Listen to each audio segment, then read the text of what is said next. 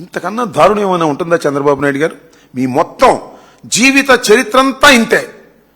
అడ్డం పెట్టుకొని, పోలీసులను అడ్డం పెట్టుకొని మీరు రకమైనటువంటి అన్యాయమైనటువంటి కార్యక్రమాలు ఇవాళ మీరు చేశారు. అంతేకాదు, సరే ఆమె తీసుకొచ్చారు మహిళ, సరే ఆమె దోష నిర్దోష అకార్డింగ్ టు ది సిఐడి ఆమె దోషి, according to the Kukkala Vidyasagar Rao ఆమె దోషి, according to the then police officers ఆమె దోషి. నిర్దోష కాదా అనేది నిరూపించవలసింది కోర్టు. ఇప్పుడు వరకు ఆమె మీద దోషి అనేటువంటి ఆరోపణలు ఉన్నాయి.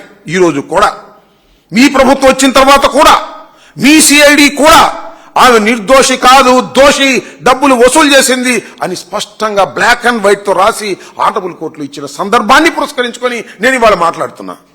అవును, మీరేం చెప్పారండి? తీసుకొచ్చారు, హోంమంత్రి గారు ఏమని పలకరించారు, కనకదుర్గ గుడికి తీసుకెళ్లారు, తీసుకెళ్లి తప్పులేదు, మహా త్యాగి అని చెప్పారు. మళ్ళా మహిళా సంఘాలు వచ్చినాయి, చంద్రబాబు నాయుడు గారు క్రియేట్ చేసినటువంటి మహిళా సంఘాలు, మహిళా రక్షణ అని వాళ్ళు వచ్చారు. ఇదేమిటి అన్యాయం? ఒక అబలం ఇలా చేస్తారా? దుర్మార్గం కాదా? జగన్మోహన్ రెడ్డి గారి ప్రభుత్వం ఇట్లా చేస్తుందా? ఎన్ని మాటలు మాట్లాడారు డ్యామేజింగ్ గా. ఏంటి అన్యాయం అని అడుగుతా ఉన్నా. ఇలా అన్ని నాటకాలు ఆడి ఓ బిల్డప్. దోషిగా మీ ప్రభుత్వమే, మీ సిఐడినే చెప్పినటువంటి అంశాలను పక్కన పెట్టేసి వాళ్ళ ఆ రోజున మీరు ఎంత నాటకం ఆడారు, ఎంత బలి తెగించారు అనేది ఇక్కడ మనం ఆలోచించవలసినటువంటి అంశం అని ఈ సందర్భంగా నేను మనవి చేస్తున్నా.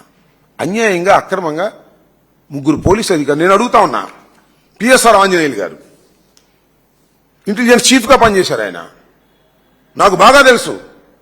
గుంటూరు ఎస్పీగా పనిచేశాడు ఆయన, very very reasonable sincere officer. ఆయన ఎస్పీగా పనిచేసినటువంటి ప్రతి చోట కూడా నేరస్తులు గడగడలాడేవారు. విజయవాడ కమిషనర్ గా పనిచేశాడు. ఇవన్నీ కూడా తెలుగుదేశం ప్రభుత్వంలోనే, కాంగ్రెస్ ప్రభుత్వంలో కాదు, తెలుగుదేశం ప్రభుత్వంలోనే విజయవాడ కమిషనర్ గా పనిచేశాడు. ఇక్కడ గుంటూరు ఎస్పీగా పనిచేశాడు. అలాంటి వ్యక్తిని ఒకసారి సస్పెండ్ చేసి పారేశారు, జైల్లో పెట్టారు, అరెస్ట్ చేసి జైల్లో పెట్టారు. ఒక ఐపీఎస్ ఆఫీసర్ని, ఇద్దరిని సస్పెండ్ చేశారు. వీళ్ళందరూ కోర్టుకు వెళ్ళారు, హైకోర్టుకు వెళ్ళారు. అయితే పిఎస్ఆర్ ఆంజనేయులు గారు బెయిల్కి వెళ్ళలేదు కాబట్టి ఆయన అరెస్ట్ చేశారు, లోపల ఉన్నాడు. తర్వాత బెయిల్ మీద వచ్చాడు. కర్మ ఇద్దరు ఐపీఎస్ ఆఫీసర్లు కోర్టుకు వెళ్ళారు. ఏమిటి అన్యాయం సార్? కోర్టు వారు చెప్పండి.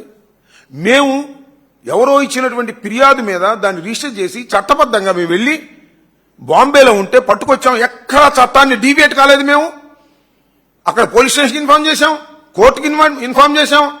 అక్కడ నుంచి ట్రాన్సిట్ వారెంట్ తీసుకొని ఇక్కడ తీసుకొచ్చి కోర్టులో ప్రొడ్యూస్ చేశాం. కోర్టు వారు రిమాండ్ ఇచ్చారు. ఇంత పగడ్బందీగా మేము చేస్తే మా మీద కేసు పెట్టి మమ్మల్ని అరెస్ట్ చేయాలనుకుంటున్నారు. ఈ ధర్మమేనా కోర్టు వారు అని హైకోర్టుని అడిగితే హైకోర్టు ఆగండి అంది. ఆగండి, మళ్ళా మేము చెప్పేంత వరకు దీనిలో ఏ చర్యలు తీసుకోవడానికి వీల్లేదు. అక్కడేమో ఆమె ఫిర్యాదు ఇచ్చింది, ఇక్కడేమో ఫిర్యాదు ఇచ్చి అది తప్పంటుంది. ఈ రెండు ఎలా సమానం అవుతాయి? దీని మీద ఒక్క అడుగు కూడా ఇక్కడ ఉన్నటువంటి పోలీస్ డిపార్ట్మెంట్ ముందుకు వేయడానికి వీల్లేదు అని గౌరవ హైకోర్టు వారు స్టే ఇచ్చారు. అర్థమవుతుంది కదా?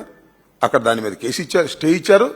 ఇక్కడేమో జత్వాని నిర్దోషి కాదు, దోషి, ఆధారాలు ఉన్నాయి, డబ్బులు వసూలు చేసిన మాట వాస్తవం, 4 లక్షల చిల్లర ఆమె అకౌంట్లో పడ్డాయి అని స్పష్టంగా చంద్రబాబు నాయుడు గారి నాయకత్వంలో ఉన్న ప్రభుత్వంలో సిఐడి పెట్టింది. అంటే దీనికి ఏం సమాధానం చెప్తారు చంద్రబాబు నాయుడు గారు?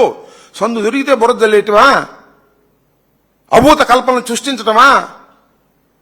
ప్రజల్ని ఇబ్బంది పెట్టే కార్యక్రమాలు చేయటమా? పోలీసు వ్యవస్థను ఇంత దారుణంగా ఉపయోగించుకున్నటువంటి ప్రభుత్వం, నాకు ఇప్పుడు 70 ఏళ్ళు, చంద్రబాబు కన్నా ఒక 5-6 ఏళ్ళు చిన్నోడిని, ఇంతవరకు నేను చూడలేదని మనం చేస్తున్నా. పోలీసుల్ని ఉపయోగించి పోలీసుల్ని అరెస్ట్ చేసి పారేశాడు. శభాష్ చంద్రబాబు, నీకు అసలు గోల్డ్ మెడల్ ఇవ్వాలని చెప్తున్నా. ఇలాంటి దుర్మార్గం అండి.